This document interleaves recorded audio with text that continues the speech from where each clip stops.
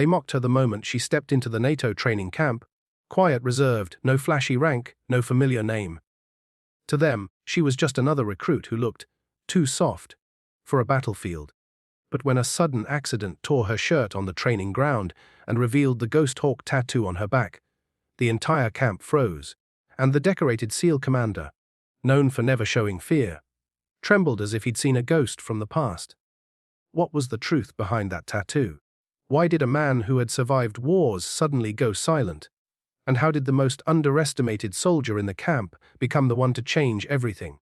The NATO camp had a rhythm, boots striking dust, commands echoing across the valley, and recruits trying to outdo each other. But when Elara Vance, a 27-year-old transfer from a joint intelligence unit, arrived, the camp reacted as if she didn't belong. She was quiet, observant, and carried herself differently. Not with arrogance, not with confidence, but with a calm that confused people. Most recruits relied on noise to prove themselves. Elara relied on silence. From day one, whispers followed her. She doesn't look like she can run 2 miles.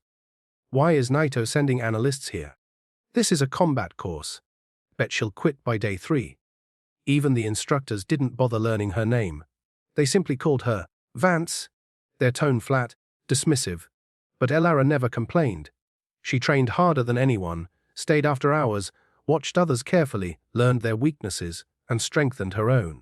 She wasn't there to impress them. She was there because she had a mission few people knew about. Still, no one expected anything extraordinary from her. That changed on the 5th morning. During a close combat demonstration, a cocky recruit, Sierra Squad's loudest voice, challenged her to step into the circle.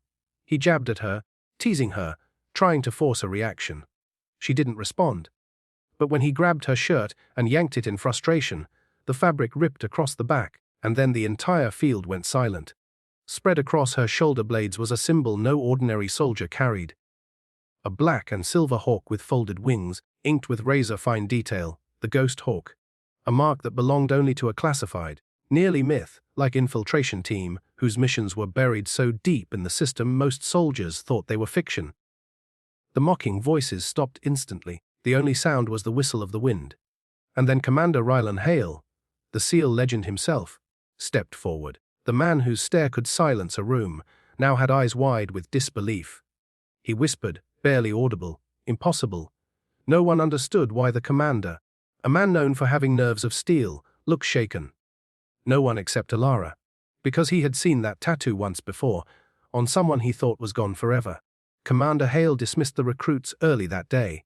His voice was steady, but everyone could feel the tension behind it. Later, he called Elara into the debrief tent. She entered calmly, hands behind her back, posture straight. Hale waited a long moment before speaking. "I didn't know Ghost Hawk operatives still existed," he said quietly. Elara didn't answer. He continued, "I served with one. Years ago, she saved my life during Operation Ashfall.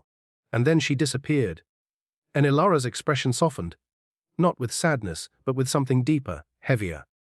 Because that operative wasn't just a teammate. She was her older sister Talia Vance, the soldier the world believed had died on the battlefield. Elara finally broke her silence. "My sister never died," she said. "She was taken. And I'm here because NATO found traces, signs she might still be alive. The Ghost Hawk tattoo was hers. I took it after she vanished. Not as a decoration, but as a promise." Hale froze. A memory flashed in his eyes.